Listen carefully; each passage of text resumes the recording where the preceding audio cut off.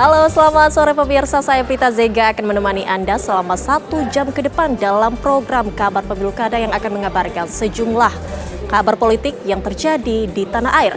Salah satunya mengenai rencana pertemuan Presiden terpilih Prabowo Subianto dengan Ketua Umum PDI Perjuangan Megawati Soekarno Putri sebelum pelantikan Oktober mendatang. Inilah Kabar Pemilu Kada selengkapnya untuk Anda.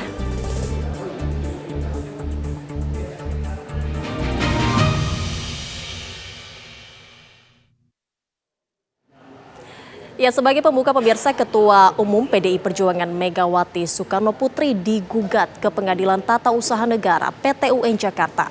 Megawati digugat oleh 4 kadernya sendiri karena dinilai telah melanggar prosedur perpanjangan masa bakti kepengurusan DPP PDI Perjuangan.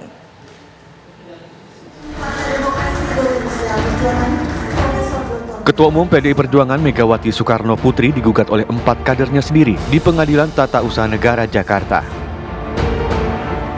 Penggugat menilai kepengurusan Dewan Pimpinan Pusat PDIP masa bakti 2024 sampai 2025 yang dibentuk oleh Megawati tidak sesuai prosedur. Menurut kuasa hukum penggugat, SK yang ditandatangani oleh Menkumham ketika itu, Yasona Lauli, melanggar anggaran dasar dan anggaran rumah tangga partai.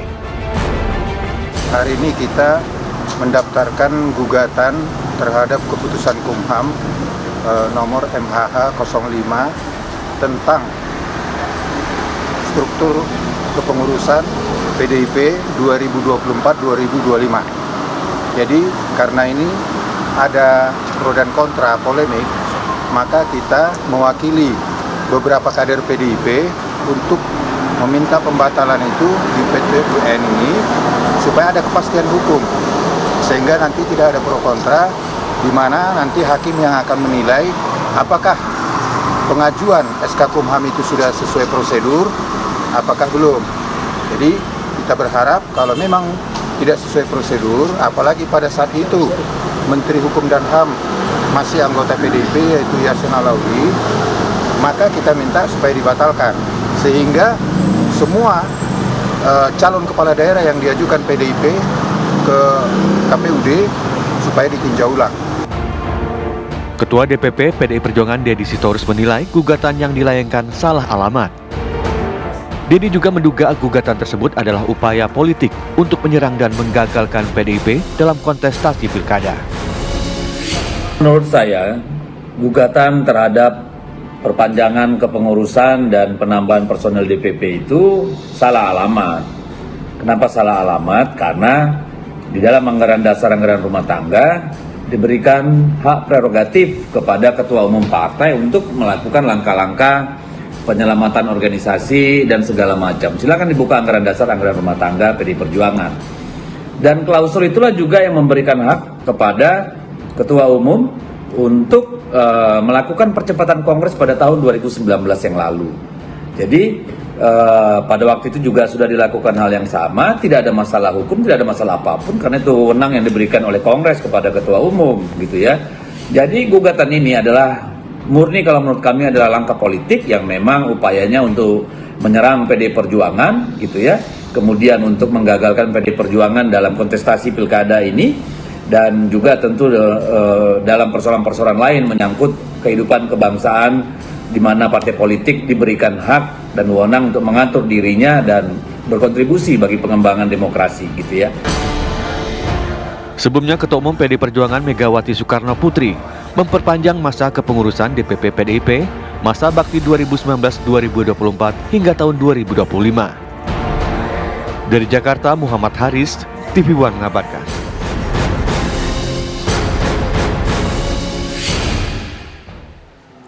Rapat dengar pendapat antara Komisi 2 DPR dan KPU menyepakati pilkada akan kembali digelar pada tahun berjalan berikutnya untuk wilayah yang dimenangkan kota kosong.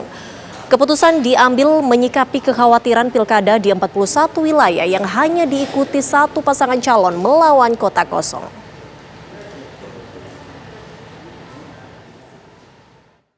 Komisi 2 DPR RI menggelar rapat dengar pendapat atau RDP bersama Komisi Pemilihan Umum KPU RI membahas landasan hukum terkait fenomena calon tunggal melawan kotak kosong di pemilihan kepala daerah atau Pilkada 2024 pada Selasa siang. Dalam rapat hadir pula Kementerian Dalam Negeri, Badan Pengawas Pemilihan Umum atau Bawaslu RI, dan Dewan Kehormatan Penyelenggara Pemilu atau DKPP. Rapat digelar menyoroti persoalan 41 daerah pilkada yang hanya memiliki satu pasangan calon kepala dan wakil kepala daerah atau calon tunggal melawan kota kosong pada pilkada 2024. Adapun 41 daerah itu terdiri atas satu provinsi, 35 kabupaten, dan 5 kota. Ketua KPU RI Muhammad Afifuddin menilai semangat pilkada 2024 tidak terwakili apabila suatu daerah dimenangkan oleh kota kosong dan jabatan kepala daerah dipegang oleh penjabat yang ditunjuk.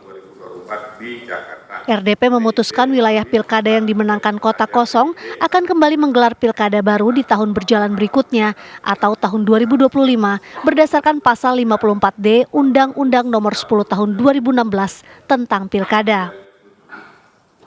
Ya, dinamika di dalam nanti kita akan melakukan pendalaman, tapi ada usulan ya untuk mengatasi jika ya kota kosong menang, tidak harus menunggu pilkada berikutnya yaitu 5 tahun. Harus ada upaya terobosan mempercepat sebuah daerah jika yang menang itu adalah kota kosong. Tidak harus menunggu pemilu pilkada berikutnya yaitu 5 tahun, tapi minimal ada usulan agar bisa 6 bulan atau 1 tahun sudah ada pemilu kada berikutnya. Selanjutnya RDP memutuskan Komisi 2 DPR RI akan membahas lebih lanjut bersama KPU, Kemendagri, Bawaslu, dan DKPP mengenai peraturan KPU atau PKPU yang mengatur tentang penyelenggaraan pilkada dengan satu pasangan calon dalam rapat kerja dan RDP yang akan datang. Dari Jakarta, Fahada Indi, Senida Aditya, TV One mengabarkan. Ya, kabar lainnya pemirsa, Presiden terpilih Prabowo Subianto direncanakan bertemu Ketua Umum PDI Perjuangan Megawati Soekarno Putri sebelum pelantikan Oktober mendatang. Menyikapi kabar tersebut, Ketua DPP PDI Perjuangan Puan Maharani mengakui rencana pertemuan antara kedua tokoh bangsa itu.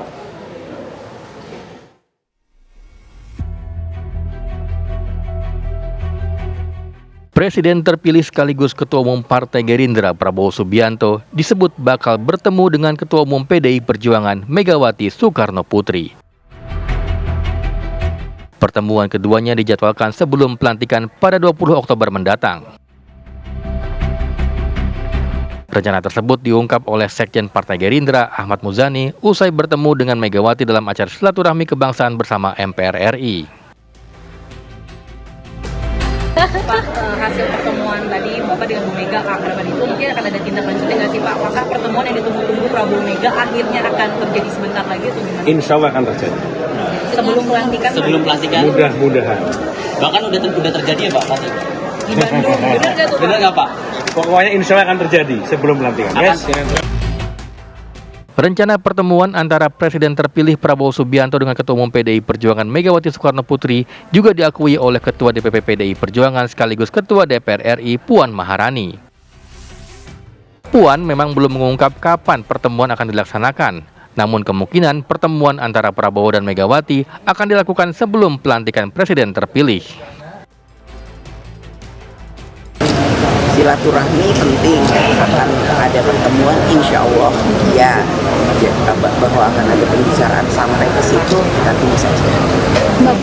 Terkait rencana pertemuan Pak Prabowo dengan Bu Mega gimana ya? Ya nanti kalau sudah pada waktunya pasti teman-teman media juga pasti tahu. Kan disebut sebelum 20 Oktober pelantikan yang Mbak, insya Allah. Iya. Mbak, ada pembahasan juga untuk koordinasi seperti itu, tahu itu masih terlalu jauh atau gimana?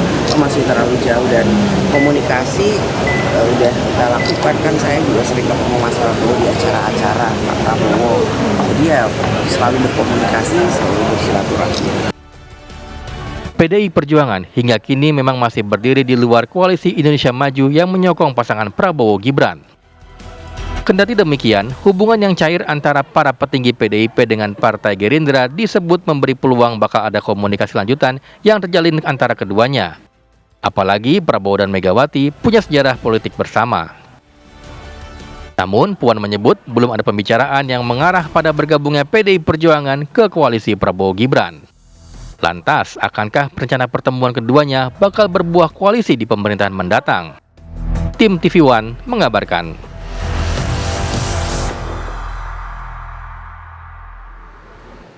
Presiden terpilih Prabowo Subianto mulai menggodok sejumlah nama untuk menjadi menteri di pemerintahannya mendatang.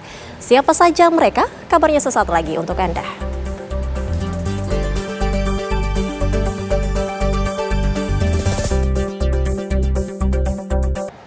Ya, kembali bersama kami pemirsa. Presiden terpilih Prabowo Subianto mulai menggodok sejumlah nama untuk menjadi menteri di pemerintahannya mendatang. Benarkah Presiden terpilih Prabowo Subianto akan menempatkan orang-orang di kabinetnya yang ahli di bidangnya atau zaken kabinet?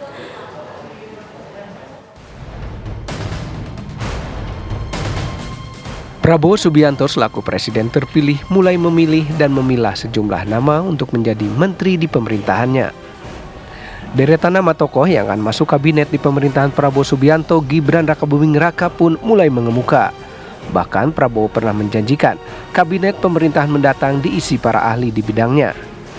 Rencana ini pun mendapat tanggapan positif dari sejumlah partai politik. Harusnya memang kabinet itu diisi oleh kalangan profesional, baik dari akademisi, teknokrat, ya, dan juga politisi-politisi yang memang backgroundnya profesional. Pak Prabowo mengangkat tema zaken kabinet, kami bersyukur. Karena kalau kata hadis Nabi, berikan pekerjaan kepada ahlinya. Kalau nggak ahli, hancur. Nah, zaken kabinet itu kabinet ahli. Tidak mempermasalahkan dari parpol, non-parpol, profesional. Tapi dua hal, dia punya kapasitas dan punya integritas.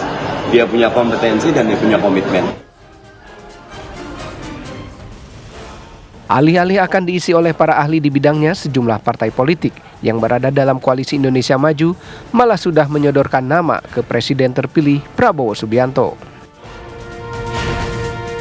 Di antara partai koalisi sudah mulai mengajukan nama dan mengajukan beberapa portofolio di kementerian. Terus di antara tokoh-tokoh juga sudah mulai disebut dan sudah mulai dilakukan penjaringan dan penyaringan, pemilahan dan pemilihan. Tapi itu semua sifatnya masih wacana dan tentu saja Presiden terpilih dalam hal ini Pak Prabowo dan Wakil Presiden terpilih dalam hal ini Mas Gibran akan terus melakukan diskusi tentang postur pemerintahan di kabinet yang akan datang. Lalu akankah pemerintahan Prabowo Gibran mewujudkan susunan kabinetnya diisi oleh ahli di bidangnya? Atau lebih memilih mengakomodir para politikus partai yang tergabung di koalisi pengusungnya, yakni Koalisi Indonesia Maju Plus. Dari Jakarta, tim TV One mengabarkan.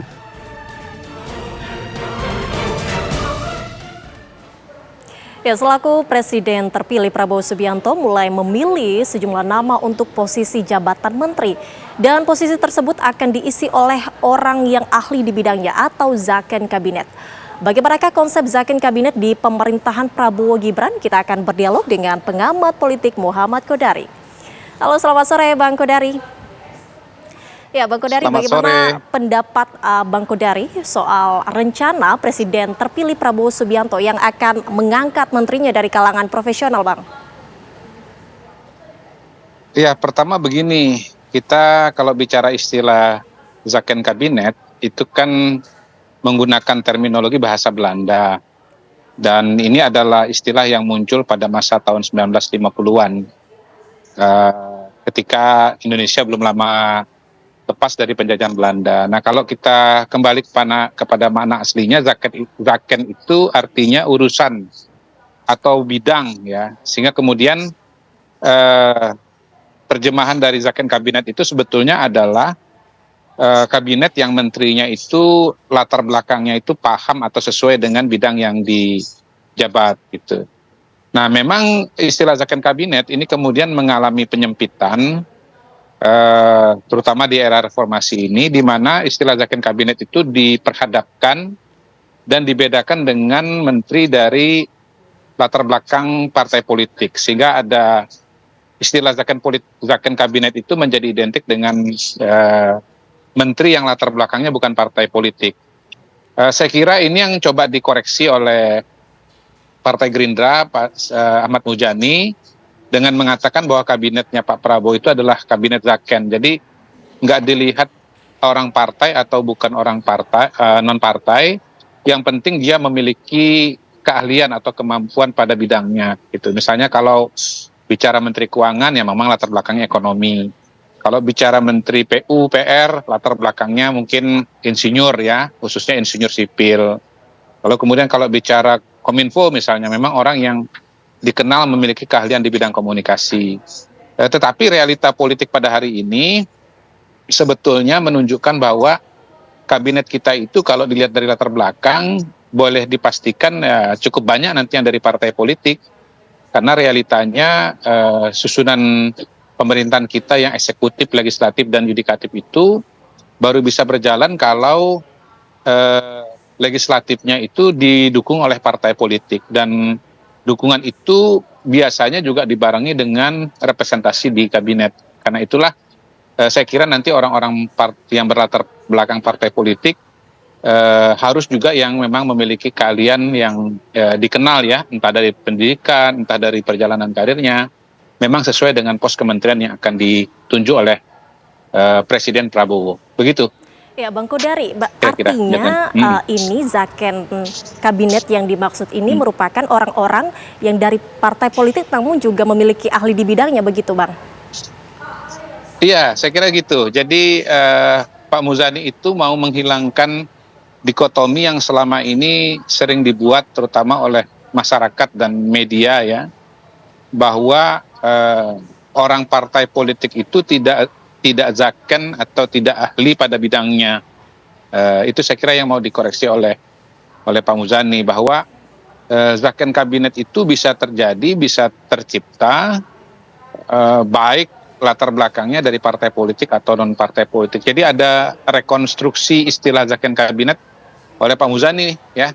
Kalau dulu itu istilah zakon kabinet itu diperhadapkan dengan kabinet yang berlatar belakang partai politik. Oleh Pak Muzani itu mau dikoreksi bahwa yang dari partai politik itu juga orang yang memiliki keahlian. Tentu saja memang konsekuensinya bahwa nanti partai politik yang mengajukan kandidat menteri, apalagi kalau sudah bicara atau meminta portofolio, katakanlah begitu ya, itu harus betul-betul mempelajari latar belakang dari menteri yang bersangkutan, mungkin dari segi pendidikannya, waktu kuliah dulu jurusan apa, lalu kemudian secara karir, secara pekerjaan bidangnya di mana, sehingga kemudian betul-betul antara personalia ya dengan jabatan itu memiliki kesejajaran, atau kalau istilah populernya itu the right man on the right place ya. Nggak bisa lagi partai politik itu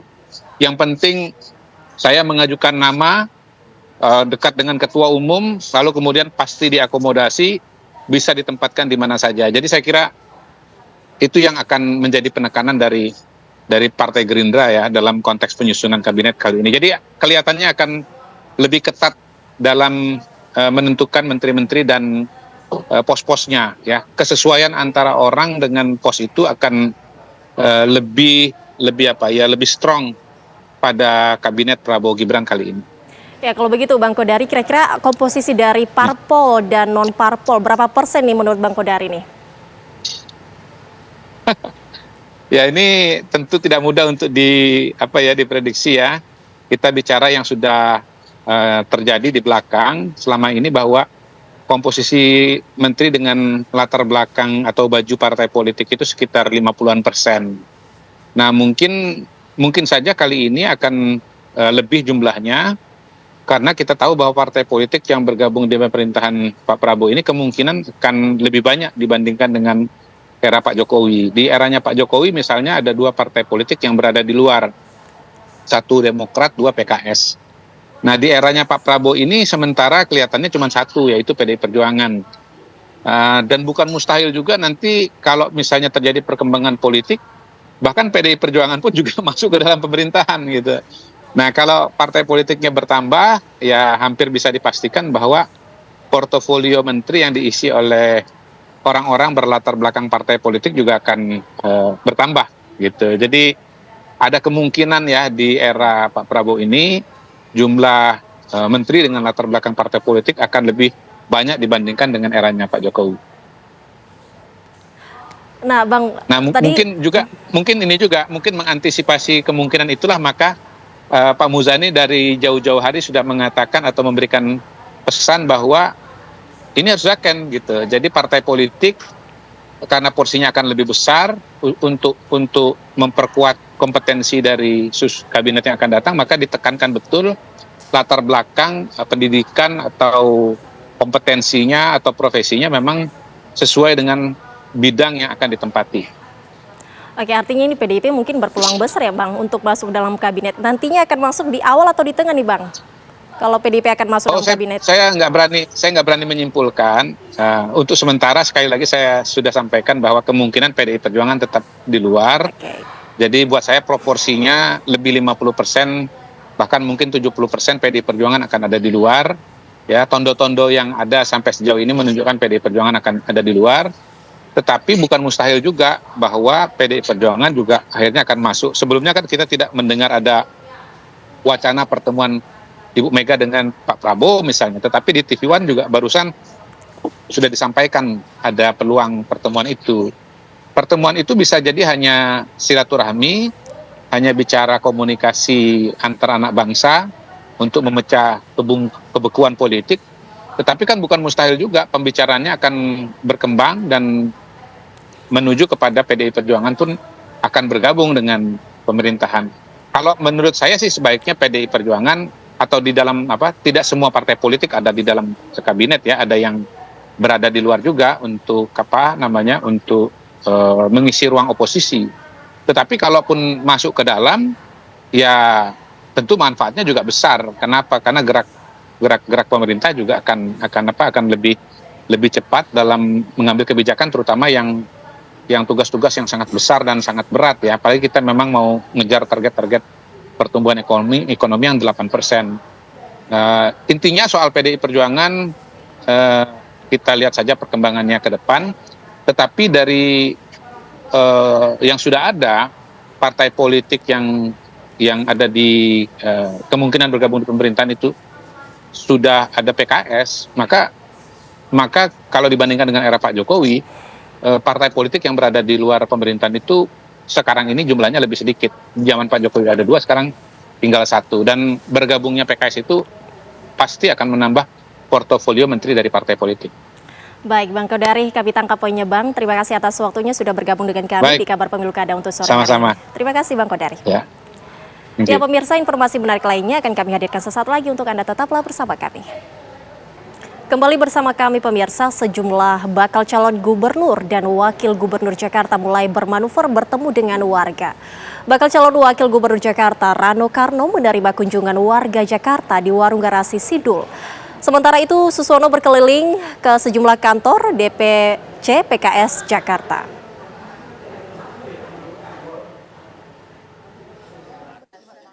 Bakal calon wakil gubernur Jakarta Rano Karno menerima kunjungan warga Jakarta di Warung Garasi Sidul. Mereka menyampaikan aspirasi dan menyatakan mendukung Rano Karno untuk maju dalam kontestasi Pilkada Jakarta. Pada kesempatan ini, Rano Karno mendiskusikan sejumlah hal termasuk visi misinya, seperti masalah kemacetan Jakarta, perumahan kumuh, sanitasi hingga banjir. Menurutnya, solusi akan berbeda di tiap wilayah tergantung demografinya. Rano Karno berharap bisa memenangkan pilkada ini agar aspirasi masyarakat Jakarta yang telah ditampung bisa terwujud. Banyak problem di wilayah masing-masing yang berbeda-beda. Misal ada wilayah yang masalah air menjadi problem utama, macet, kemudian sanitasi, kemudian dengan perumahan kumuh, kemudian banjir. Tentu berbeda-beda, walaupun sebetulnya secara demografi Jakarta kami sudah tahu, sudah kami pelajari, tinggal kita eksekusi yang mana. Sementara itu, bakal calon wakil gubernur Jakarta Suswono berkeliling ke sejumlah kantor DPC PKS di Jakarta. Salah satu yang dikunjungi adalah kantor DPC PKS Kramat Jati, Jakarta Timur. Tetap semangat ya, tetap Pendamping bakal calon gubernur Ridwan Kamil tersebut bertemu dengan para relawan dan kader partai. Usai pertemuan, Suswono menjelaskan mengenai mundurnya Ahmad Sahroni dari jabatan Ketua Tim Sukses Ridho. Menurut Suswono, penentuan Ketua Tim Sukses berada di tangan Partai Koalisi Indonesia Maju atau KIM Plus. Ya saya nggak tahu, saya karena memang tidak terlibat langsung. Bagi saya sebagai calon sih, siapapun tim ses ya setelah dimusyawarahkan pasti itu yang terbaik. Dan bahkan Pak Sahroni kan ada menyampaikan juga karena dia ada penugasan lain, tapi dia akan terus mengawal kemenangan Ridho di Jakarta.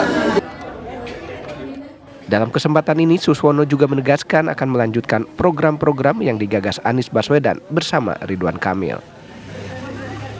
Dari Jakarta, tim TV One mengabarkan. Bakal calon Wakil Gubernur Jakarta Kun Wardana bertemu dengan para pendukungnya dari Koalisi Independen se-Jakarta Barat di posko pemenangannya di Jalan Raya Kebonjeruk, Jakarta Barat. Dalam pertemuannya, Kun Wardana menyampaikan beberapa hal yang selama ini menjadi permasalahan di Jakarta seperti mengenai banjir, pendidikan, dan juga sampah. Kun mengatakan sudah memiliki solusi mengenai hal-hal tersebut yang akan disampaikan saat sudah ditetapkan sebagai calon Wakil Gubernur DKI Jakarta. Ia juga berharap warga Jakarta dapat memberikan dukungan yang positif untuk pasangan Dharma Pongrekun dan Kun Wardana.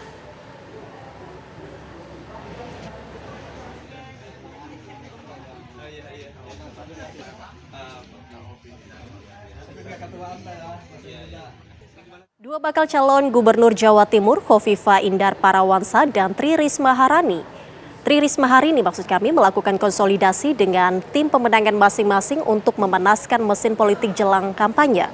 Khofifah bertemu dengan kader PKS, sementara Risma meresmikan rumah pemenangan.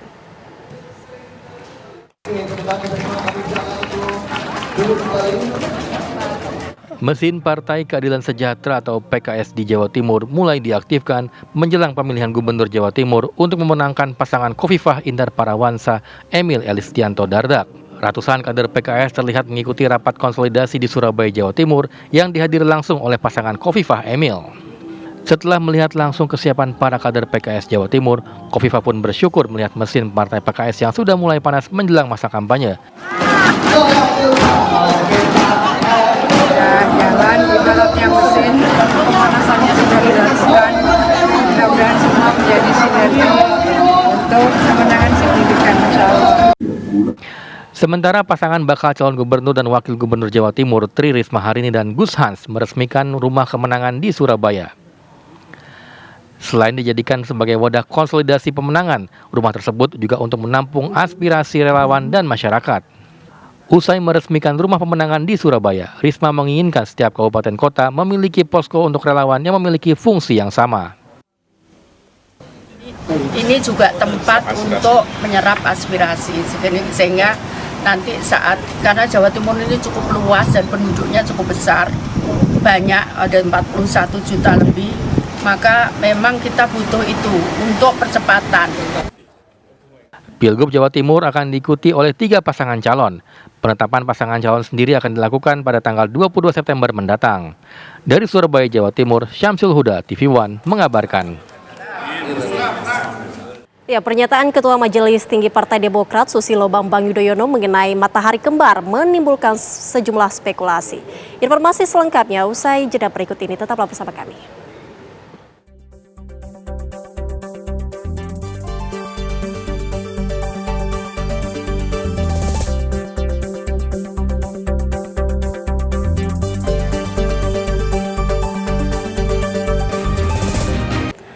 Pemirsa, pernyataan Ketua Majelis Tinggi Partai Demokrat Susilo Bambang Yudhoyono mengenai matahari kembar menimbulkan sejumlah spekulasi. Saat itu SBY di hadapan para kader Partai Demokrat mengingatkan bahwa hanya ada satu matahari dalam kepemimpinan sebuah partai politik dan pemerintahan.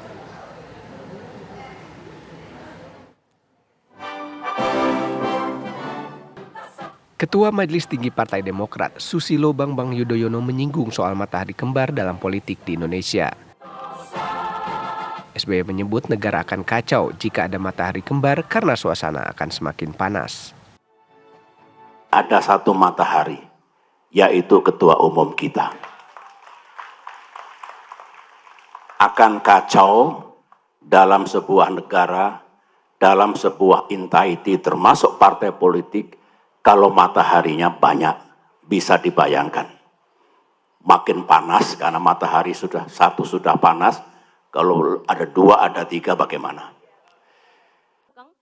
Menurut analis politik Muhammad Kodari, pernyataan SBY tersebut lebih merupakan penegasan ke kalangan internal Partai Demokrat bahwa kepemimpinan Partai Demokrat adalah Agus Harimurti Yudhoyono, bukan SBY.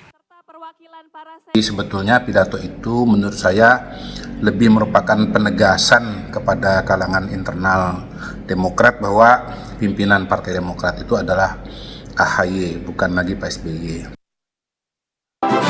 Yang memantik spekulasi banyak orang soal pernyataan Presiden RI ke-6 ini ketika menyebut soal matahari kembar dalam sistem kepemimpinan di pemerintahan. Pernyataan tersebut seolah-olah dikaitkan dengan Presiden Joko Widodo. Padahal menurut analis politik Adi Prayitno, sebenarnya dalam konteks bernegara, pernyataan SBY tersebut menegaskan bahwa hanyalah satu Prabowo Subianto yang menjadi pemimpin, bukan yang lain. Kemudian seakan-akan ingin dikait-kaitkan dengan setelah Jokowi tak lagi jadi presiden. Karena ada kesan, ada dugaan, dan ada tudingan bahwa setelah Jokowi tak lagi jadi presiden, seakan-akan pengaruh Jokowi itu ingin terus dipertahankan dengan cara apapun. Itu yang sebenarnya membuat kenapa keramaian dan kegaduhan seakan-akan pernyataan SBY itu untuk menyindir kepada Pak Jokowi setelah tak lagi menjadi presiden di negara ini. Dengan matahari tentu dalam konteks bernegara hanyalah Prabowo Subianto, bukan yang lain. Jadi orang-orang yang tak lagi menjabat, orang-orang yang tak lagi jadi presiden, orang-orang yang tak lagi berpengaruh dan tak lagi menjadi pejabat publik, jangan lagi ada upaya-upaya misalnya ikut serta, apalagi ikut campur dalam urusan berbangsa dan bernegara. Cukup hanya Prabowo Subianto, the one and only, yang menjadi satu-satunya matahari yang mengorkestrasi urusan kepentingan bangsa dan negara. Pernyataan Susilo Bambang Yudhoyono juga menjadi sebuah peringatan yang disampaikan kepada kader Partai Demokrat untuk mengenang prahara yang sempat menerpa partai berlambang Mercy tersebut. Saat itu, ada upaya pengambil alihan partai sehingga mengancam eksistensi Partai Demokrat. Dari Jakarta, tim TV One mengabarkan. Syarif Hasan, Bapak Andi Malarangeng, Ibu Sri Sumaryati Budiye Santoso. Yang terpilih Gibran Raka Buming Raka belusukan keluar masuk kampung di Solo, Jawa Tengah. Gibran belusukan mendampingi pasangan bakal calon wali kota dan wakil wali kota Solo, Respati Ardi dan Astrid Widayani.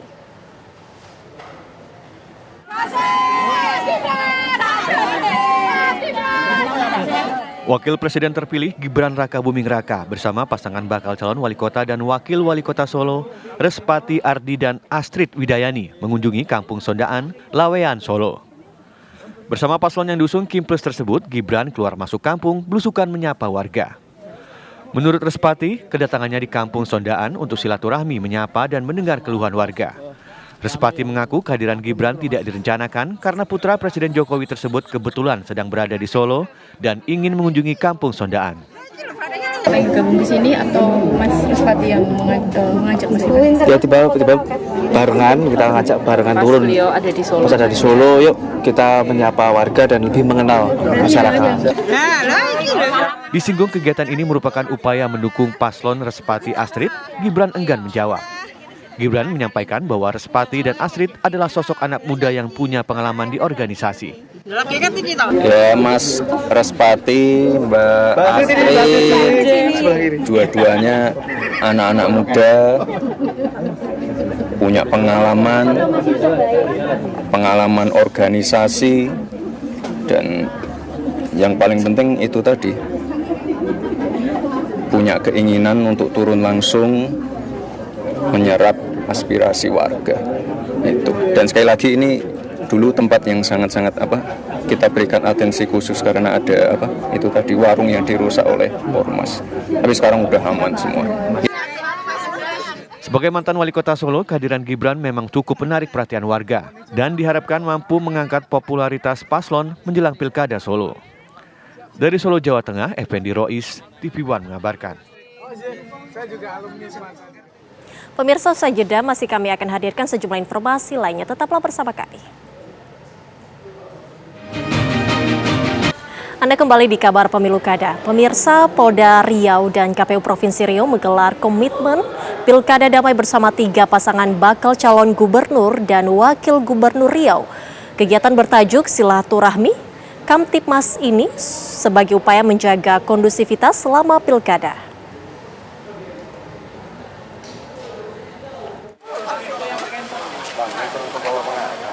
Setibanya di depan gerbang Polda Riau, ketiga bakal calon pemimpin Provinsi Riau ini menaiki mobil golf yang sama untuk menuju ke depan gedung Polda Riau. Momen keakraban terlihat dari ketiga paslon gubernur dan wakil gubernur ini saat disambut oleh Kapolda Riau Irjen Pol Muhammad Iqbal dan Forkom Pimda Provinsi Riau.